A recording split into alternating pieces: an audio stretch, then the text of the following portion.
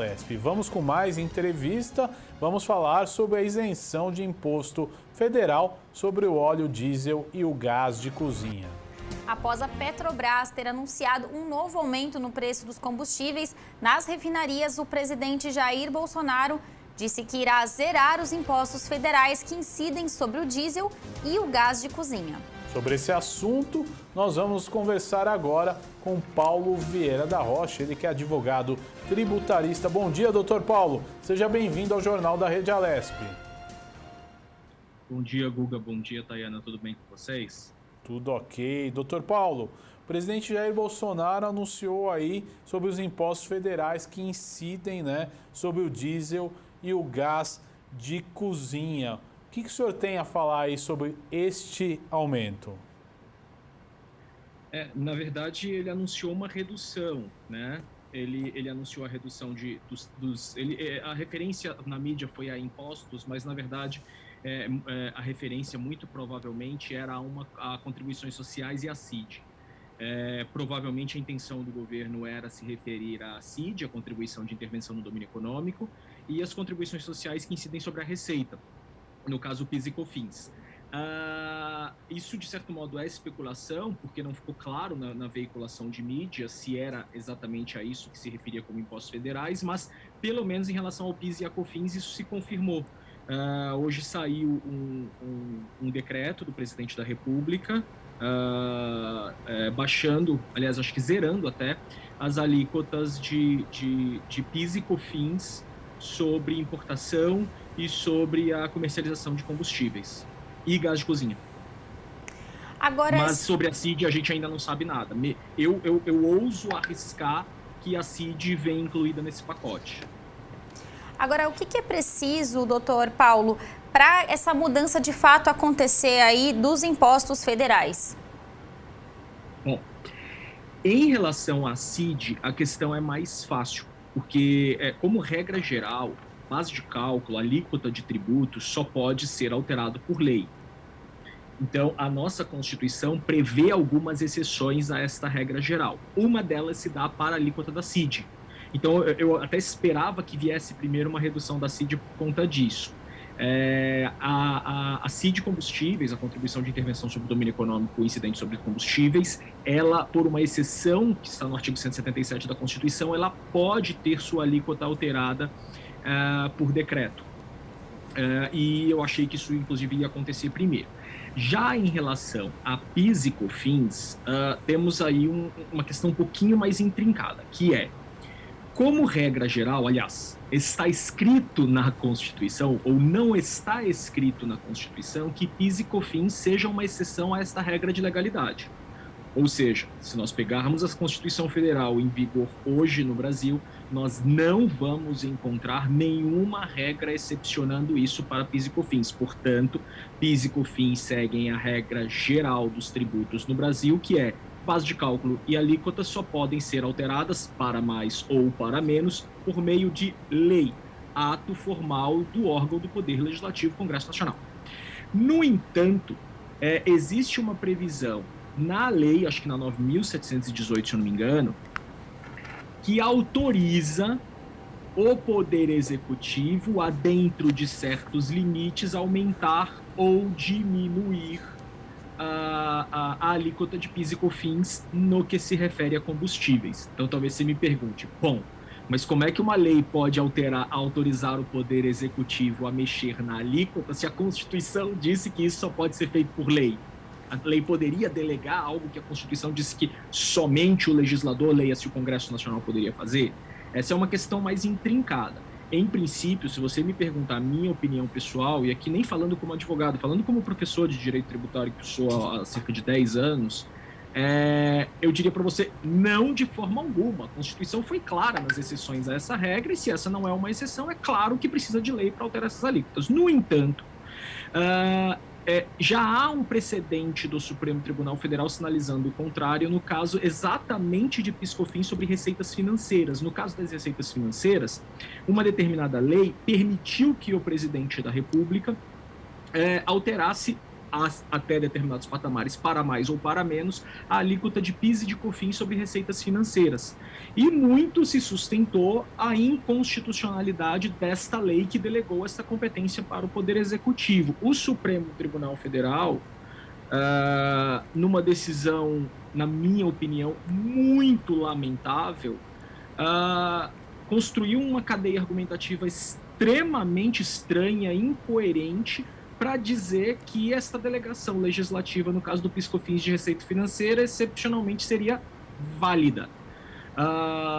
Esse processo não transitou em julgado, porque esse acórdão do Supremo tem inconsistências e incoerências muito intensas, então já deve ter havido, inclusive, oposição de embargos de declaração, que é uma medida recursal para pedir ao tribunal que, de certo modo, conserte esses defeitos, todas essas contradições do acórdão. Então, essa decisão não é definitiva, mas hoje o que nós temos, em princípio, é uma decisão do Supremo Tribunal Federal validando esta delegação legislativa num caso muito similar. Então, em princípio, se a gente ler juntos a Constituição, a gente não vai encontrar validade para essa medida. Mas se a gente olhar para a jurisprudência do Supremo, aliás, um acórdão que deve ter 2 meses no máximo, talvez a gente chegue à conclusão mais pragmática de que essa medida vale. Portanto, a delegação legislativa vale, o Poder Executivo exerceu validamente este poder delegado a ele e hoje, por meio de um decreto, baixou essas alíquotas. Fica faltando o CID. Agora, doutor, com a sanção dessa medida, a gente vê aí sucessivos aumentos do preço da gasolina, do óleo diesel e também do gás de cozinha. Na prática, o consumidor deverá ser beneficiado? Guga, essa é uma afirmação que ninguém pode afirmar para vocês categoricamente, porque isso depende de fatores econômicos, que não é uma ciência exata, as ciências econômicas não são exatas. Então, não há nenhuma obrigação legal disso ser repassado no preço. O que existe é uma tendência de mercado. Em geral, tributos que incidem sobre o consumo, teoricamente sobre o consumo, como é o caso da CID, como é o caso de PIS e COFINS, em geral repercutem no preço para mais ou para menos. Agora, dado que não existe uma obrigatoriedade legal disso chegar ao preço final, e dado que no Brasil nós temos alguns setores da economia, como vou falar aqui um pouco como leigo, na verdade, não sou economista, mas me parece que estamos falando de setores da economia com pouca competição, com um mercado muito fechado. Dada essa pouca competição, essa pouca concorrência, me parece uma hipótese plausível que isso não chegue para o consumidor. A tendência normal seria chegar, eu diria assim. Acho, inclusive, que o governo federal faz isso acreditando que isso chegue ao consumidor final. Agora, dar a você essa garantia de que isso chega ao consumidor final, isso depende, entre aspas, de leis econômicas. E leis econômicas, na verdade, são quase indecifráveis, pelo menos para mim, como advogado, como professor de direito, elas são quase indecifráveis. E eu arrisco dizer que, em relação a esses aspectos, às vezes até para os economistas, eles mesmos, em geral, não arriscam cravar esses palpites, até onde eu sei. Agora, qual será a perda de arrecadação do governo, doutor? Você consegue explicar isso para a gente? Olha, é muito difícil você ter esses números redondos, exatos. O que a gente tem são as estimativas feitas pelo próprio governo. Porque os próprios economistas, eu diria, do mercado privado, não conseguem fazer essa estimativa tão rapidamente. Então, algo que foi anunciado um dia desse, tudo que a gente tem de dado sobre o qual a gente possa depositar alguma confiança são os próprios dados estatais, governamentais. Falou-se aí na ordem de 4 bilhões de reais de renúncia fiscal, depois falou-se em 5 bilhões de reais de renúncia fiscal. Eu não sei, não tenho condições técnicas de dizer a você o quanto esses números são realistas, mas o que ocorre é que, por força da lei de responsabilidade fiscal, o governo é obrigado a indicar a fonte de receita que irá, aspas, cobrir esta renúncia para que não haja efetiva perda de arrecadação. E isso foi indicado de certo modo, né?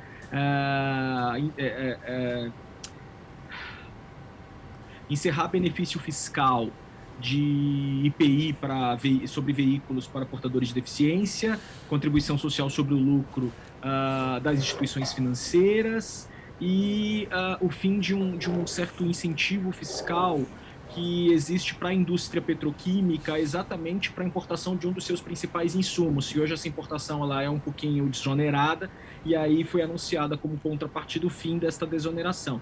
Claro que este é um debate também complicado, porque em um caso ou em outro, não sei se exatamente são os casos, tá? Mas em princípio, lidar com esse conceito de benefício fiscal é algo bastante nebuloso. O que é benefício fiscal para uns pode claramente não se configurar benefício fiscal para outros. O que eu quero dizer para vocês? Não existe um conceito exato, objetivo, matemático do que seja um benefício fiscal. Então, eu dizer que eu estou acabando com o benefício fiscal não significa necessariamente que eu esteja acabando com o benefício fiscal. Aquilo ali pode a rigor não ser um benefício fiscal e eu estou de fato aumentando o imposto de um determinado setor, de uma determinada parcela da sociedade, de um determinado bem. Agora, doutor, já é subentendido no Brasil, né? Como será feita a compensação dessa perda de arrecadação? Você acha que a tendência é algum outro setor pagar mais tributos, até porque estamos à beira aí de uma reforma tributária? Eu acho assim, é muito difícil ligar isso com reforma tributária. Como uma reforma tributária vai lidar com isso? Simplesmente acabando com todas essas regras, exceções e exceções das exceções das quais a gente está tratando aqui.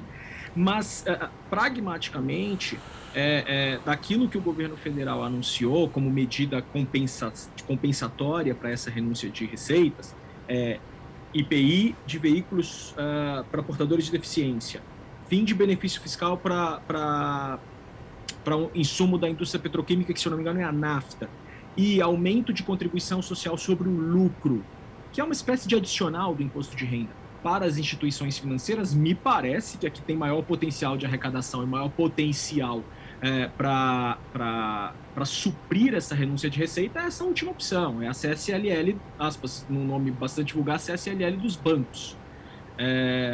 Então, me parece que a tendência maior é que boa parte dessa fatia do bolo a ser reposta vai ser reposta por meio da contribuição social sobre o lucro das instituições financeiras. Agora, novamente, e será que instituições financeiras não vão acabar repassando isso nos seus preços, seja nas taxas de juros, seja nas próprias tarifas bancárias? É uma possibilidade, com toda certeza. Pode ser que aconteça. Agora, doutor, passamos por um ano muito difícil aí, onde o governo, né, todas as esferas tiveram muitos gastos com saúde, né, um próprio auxílio emergencial que foi concedido aí durante alguns meses, né? Você acha que, no final das contas, o consumidor, né, o cidadão acaba pagando isso em impostos, doutor? Eu não tenho a menor dúvida,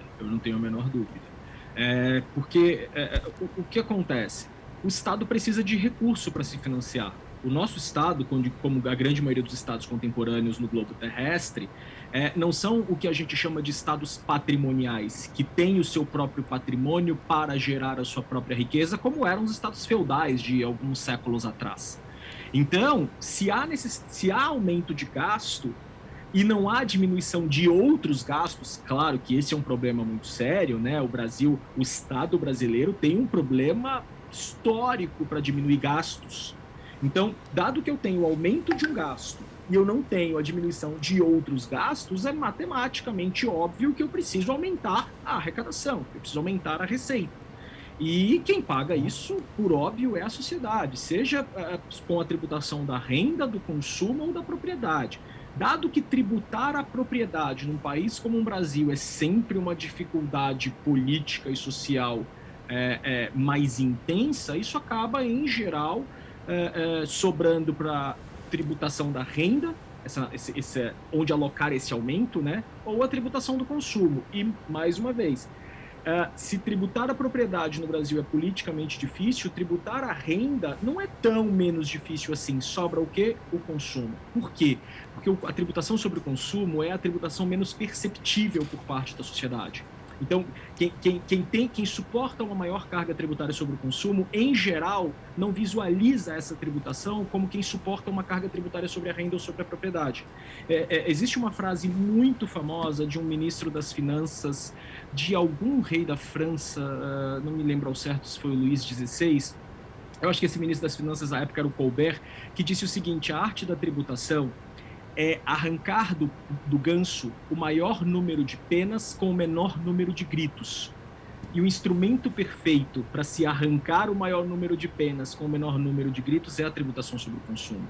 Então eu arrisco a dizer para você que, embora as bases da tributação economicamente falando sejam renda, patrimônio e consumo, o consumo é sempre o candidato número 1 a suprir isso tudo.